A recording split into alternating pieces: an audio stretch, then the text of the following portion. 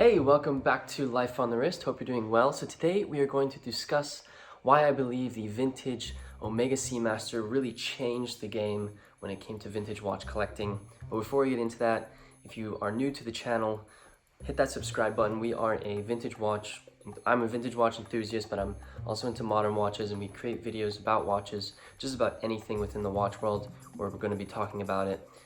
So if you like that type of content, definitely subscribe to our channel. Also, if you want to check out our website, we have a blog there, and we also have a vintage watch shop, so definitely check that out if you haven't already. So getting back into the topic for today, the vintage Omega Seamaster really did change the game when it came to vintage watch collecting. You know, within the last 20 years, obviously there's been an explosion within watch collecting, and there were specific watches that I believe kind of stormed the way and started that whole, our whole obsession with watches.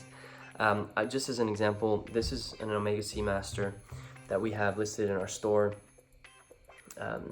It has the 344 bumper movement in it, but as you can see from this watch, it has a really nice honeycomb dial. It's a beautiful size as well. If you put it on the wrist, it fits really, really nicely. This is the type of watch that people really kind of fell in love with, and this is what has kind of, in my opinion, buoyed the market really nicely for a few reasons. So the first reason why I think the Omega Seamaster really changed the game, and the three criteria that I kind of used to deduce which watches kind of changed the game and kept the market going, was the first is collectability.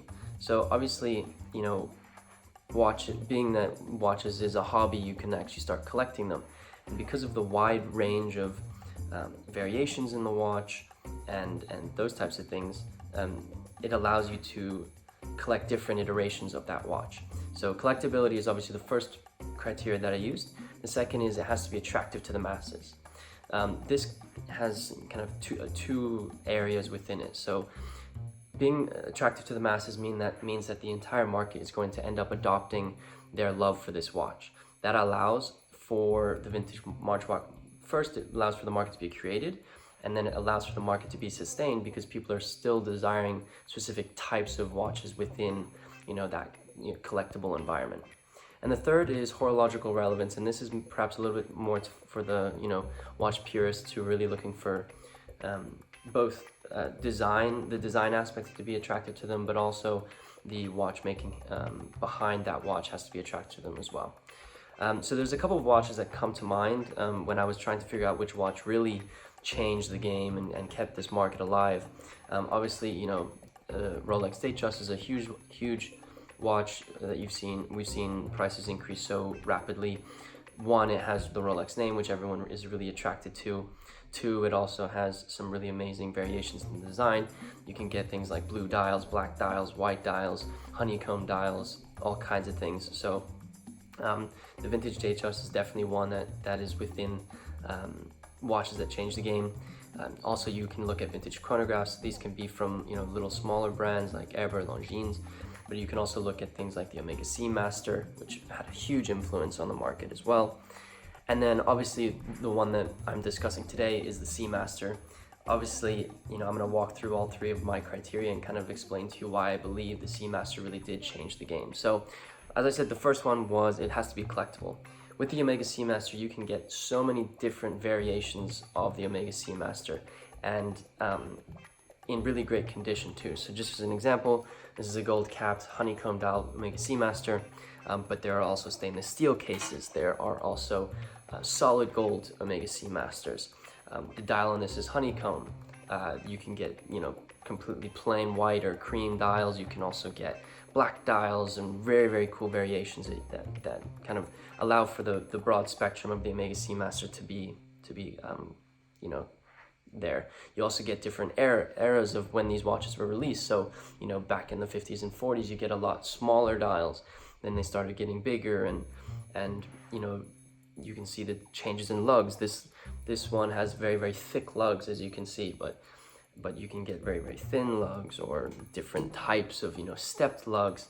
There's so many different variations that you can get in the Omega Seamaster, which is why it's definitely collectible, because you could almost have like one from each era. I mean, ultimately collecting the Omega Seamaster is kind of up to you and what you find attractive, right? You could have one from each different era. You could have different dial colors. You could try get all honeycomb vintage Omega Seamaster. So there's so many ways that you can kind of bend and manipulate your collection to kind of align with what you like in it. The second is obviously a very attractive watch, both in style and also in cost. One of the reasons why I picked this watch as being the one of the watches that changed game was when you look at the ones that I mentioned, like a Datejust, the prices for Rolex Datejust have really risen very, very quickly. And in my opinion, some people are pricing them a little bit too high, and that's kind of causing people to move away from wanting to purchase them. Obviously, there's still going to be demand for them, but you're probably going to land on a negotiated price.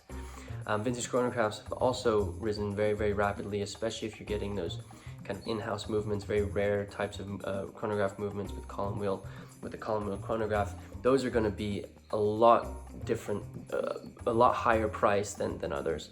But the Omega Seamaster, like this one, you can probably get Omega Seamasters anywhere between $300 and probably up to $1,000, maybe $1,500 if you're going for an extremely rare version. So it's still attainable within the luxury market. Obviously, just owning a watch is a luxury, but it's still an attainable price, which obviously is extremely important. And like I said, it's attractive in style as well. I mean, you can obviously wear this with like a dress shirt, but you can also wear this by itself and kind of dress it down. There's unlimited options that you could have with this watch, which makes it really, really versatile and attractive to the consumer. And then third, I said, horological relevant. It has to be a horological relevant piece. Obviously, the Datejust and vintage chronographs have very interesting movements that come about with it. Also, some of very, very famous watchmakers have been involved in the production of these watches. Horologically speaking, you can find some of the greatest movements ever produced in vintage Omega Seamasters. The 565 is the caliber 565 from Omega is considered one of the best movements produced by a very large part of the watch collecting world. But really, any 500 series movement from Omega is considered extremely good. Also, you can look at the 300 movements. I know this has a 344 bumper movement, so but also any of the 300 movements are really, really desired. And the reason why these specific types of movements are desired is because they're ultimately made with better parts. A lot of the times they're a lot more robust, are not as cheap, and they don't break as easily. So obviously robustness is super important, but also the way in which they're put together is often considered a lot more seamless. Sometimes it takes a little bit more time, but that's obviously going into, when you look at a watch, what kind of determines the price is the amount of manual hours that are being put into creating that watch. So if they're a little bit more intricate movements but are super high quality, that they're considered a lot more expensive, and or not more expensive, but more valuable. And I think that's definitely something you see within the movements that I discussed. So I think one of the most important parts about this is, yes, I've discussed why it's changed the game up until this point, but probably want to know what's happening in the future. So generally speaking, the market has slowed down. I've created a video about how I think the vintage watch market has really kind of slowed down and might be on the, kind of upper end of where it needs to be within this, business cycle. It's kind of slowed a little bit, and you're seeing the vintage watches are not selling as quickly.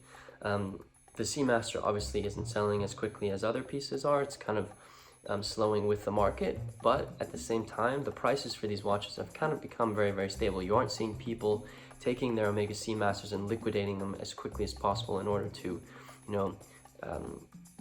kind of churn their watch collection over. You're not really seeing that, and I think that's a testament to the fact that people are not pricing Omega Seamasters astronomically high like you are seeing with some, chronographs or vintage Datejusts. They kind of understand where the sweet spot is for the Omega Seamaster, and they're remaining at those price ranges. So I ultimately think that the Omega Seamaster will continue to be collectible. Obviously, we're at the kind of end, I think, of the business cycle of the vintage watch markets. Soon, we'll get a pickup back up with the market, but at the current moment in time, it's relatively stable. I think they're going to still be collectible because they still have those three major things, which are collectability, attractive to the masses, and horologically relevant. So because they're very, very stable within there, I think that they're really here to stay. The one thing that I must say is that there are a lot of redials that are coming out, vintage Seamasters, that are not, you know, all original. So if you are considering getting a Seamaster, make sure you do your homework prior to purchasing one. I'm a huge proponent of researching every single watch that you decide to purchase, because you don't want to get burned on the other end. So while this is a game-changing watch, make sure you do your research, because the vintage watch market is becoming a little bit more full with you know, non-original pieces. So definitely make sure you do that. Also, kind of because everyone is holding on to their vintage watches, the ones that you're seeing on the market are not the highest quality. So also be careful with that. If you are thinking about buying one, maybe see if you can find a collector who owns one and buy it from them, because I'm sure that they've, you know, done their homework too. So let me know what you think in the comments about the Omega Seamaster. Would love to get your opinions on it. I really do love the Omega Seamaster, and shameless plug to our store, lifeonthewrist.com/shop. This Omega Seamaster is for sale. You can check out the pictures of it there. If you like this video, definitely slap a like on it. It really does help us out. And like I said in the beginning of the video, check out our shop. Really would. We've got some amazing pieces there, and I'm sure you will enjoy them. And with that said, guys, I hope you enjoyed this video, and I'll see you in the next one.